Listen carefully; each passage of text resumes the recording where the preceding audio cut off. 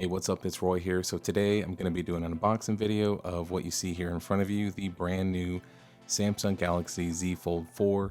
Now I have the patience of a saint, guys, because I picked this up like 8 hours ago and it is like a little after midnight and I'm finally getting to do this video. Now, all joking aside, I truly did not break the seal yet until like 10 minutes ago. I have not seen it yet because as I was doing it, my son woke up and literally halted everything. So literally as I'm like lifting this up, he walks in and I was like, dude, come on. I need to see this phone in person finally. So this is, like I said, the Fold 4. I actually did the Flip 4 video yesterday if you want to check that unboxing video out. But in this video, I'm truly just going to do a quick unboxing, show you what comes inside, show you the phone up close and personal a little bit, get it set up, and then come back and just really talk about my overall first impressions of dealing with a big boy foldable phone like this. Because yes, I have personally dealt with the Flips before, but I've never dealt with the Fold. I've never touched the Fold 3. I've never touched the Fold 4. So this is my true, genuine first time actually seeing it in person without just staring at it on YouTube like we all do. So with the box, it looks just like my Flip 4 box, which I have right here, at least the lid. So as you can see there, it looks identical to that box, other than just obviously being a big square instead of a rectangle. Got a kind of dual two-tone color there, Fold, Galaxy Z Fold 4 there. On this side on the box, it does say Galaxy Z Fold 4, and on this side it does say Samsung. And then I did just go with the 256 gig variant, just because ultimately this phone is so dang expensive already that I just could not justify splurging any more than that. So this is what we get inside the box. There's the phone, which I totally want to look at it, but I'm going to push that to the side. And let's see how we get this open here and slide this out. So for as much as this dang phone costs, you do not get a charging brick still, which is insane to me. We do get a quick start guide. We also get a USB-C to USB-C charging cable, and then a SIM card ejector tool there. And that is it.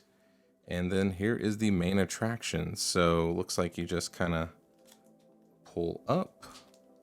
There's nothing else inside, so I'm just gonna scooch that to the side. And here it is. So I went with the Phantom Black color. If you know anything about my channel, you know I absolutely love matte black colored phones. So let's get this peeled off.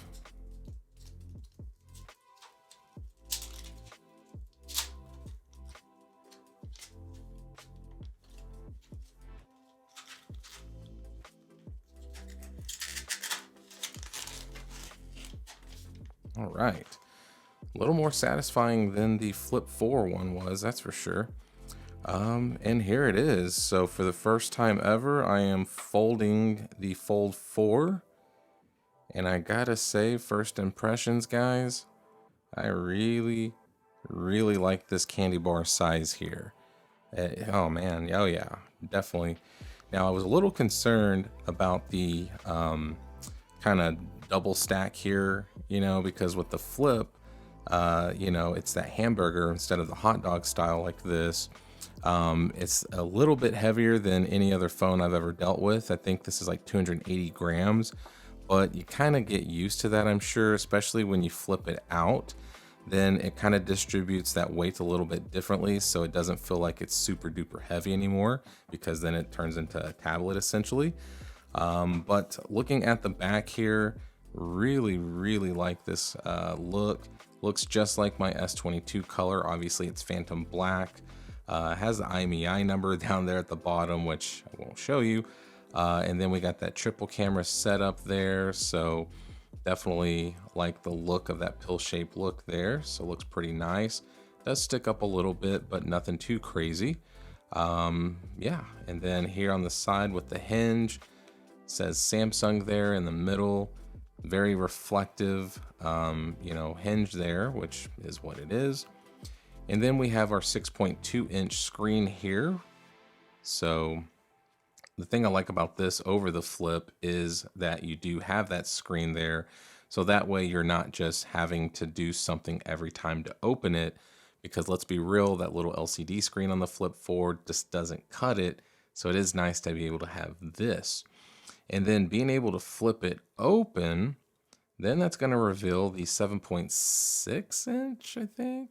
Yeah, I think 7.6 inch. Yeah, it is 7.6 inches. I'm not sure why I was having a brain fart about that. But there's the side there. So we have our fingerprint scanner / power button, our volume up and down button, 5G antennas, all that good stuff. The bottom here, we do have our USB-C charging port, our microphone, and some big old speakers down there at the bottom. Nothing on this side other than our SIM card tray there. And then at the top, kind of the same thing. So a bunch of microphones and another speaker set there. So let's get this bad boy turned on. So I'm going to close it so I have more of the traditional look. Surely there's some juice, and yes, no, yep, okay. So I'm going to get it booted up, guys, and then I will come right back after I have it all kind of sorted out a little bit, and we'll go from there. All right, so I got to this step here for the fingerprint scanner, and the only reason why I wanted to show you real quick is because when you do set up your fingerprint for the first time, it actually is asking you to open the actual device. So I thought that was kind of interesting. So instead of me just being able to do it like this, it wants me to open it and then go ahead and get it set up. So obviously, first things first, I'd probably just do my thumb so you can see how easy so far it is. It's probably gonna ask me to kind of move my finger around a little bit. I'm trying to do that so that way it doesn't prompt me to do that. But there it goes. So I'll get the thumb registered. Typically I do the index finger as well. So I'll go ahead and do that, but I'll just not waste your time watching me do that. Just thought I'd share that with you real quick. All right, so the phone is pretty set up now. So some of my apps are actually still loading and everything. So eventually, like my actual home screen, all that will be updated. But just overall, as I've been kind of going through it and just kind of playing around with it and opening up and doing all this, overall, the first impressions of this is a little mixed. Since this is my first time actually using this phone, I wasn't really sure what to expect or how much I would like or dislike a phone like this. And like I said, right now I'm kind of in that 50-50 range. And it's mainly just because using this phone, especially how I would usually mostly be using it, and that's actually closed like this. And then, you know, just opening it up and everything, it is a lot narrower than most phones, which I knew coming into this video.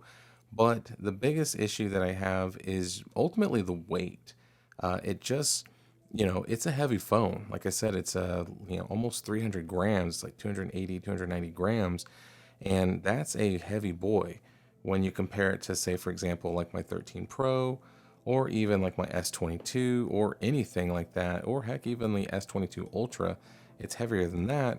And just that kind of more squared, thicker body, it feels good in the hand, ultimately, like feeling like, you know, that it isn't going to slip out, you know. So it's gives you a lot of real estate to hold on to. But I think, I don't know, I'm not really sure yet. It's just a little awkward to hold, you know. So yeah, I don't know. Like I said, I'm going to use it for a few days, give my final impressions of it once I actually, you know, have it, other than just opening it up. But those are just my initial impressions. I see the value in this phone. I see the value in what you're able to do with it as far as productivity goes. But for me, I use my cell phone a lot. And so I just don't know if it makes sense for me or not. Another thing that I'm noticing just off the bat is the power button tends to stick to my hand whenever I'm unlocking it. So I don't know if you can hear that. So the power button is moving a little bit with me. So there's a little play there. But once again, I don't know if that's an issue to really talk about. But the point is at least with my initial first impressions, it's a really cool phone. I really like the look of it. I really love the ability to do this, but I just don't know from a practicality standpoint if it makes sense or not to be able to do all these things instead of just maybe buying a really good phone and then buying a really good tablet and then kind of have the best of both worlds. So I don't know. Let me know down in the comments what you think about that. But there it is though, guys. There is the Z Fold 4. So let me know what your thoughts are.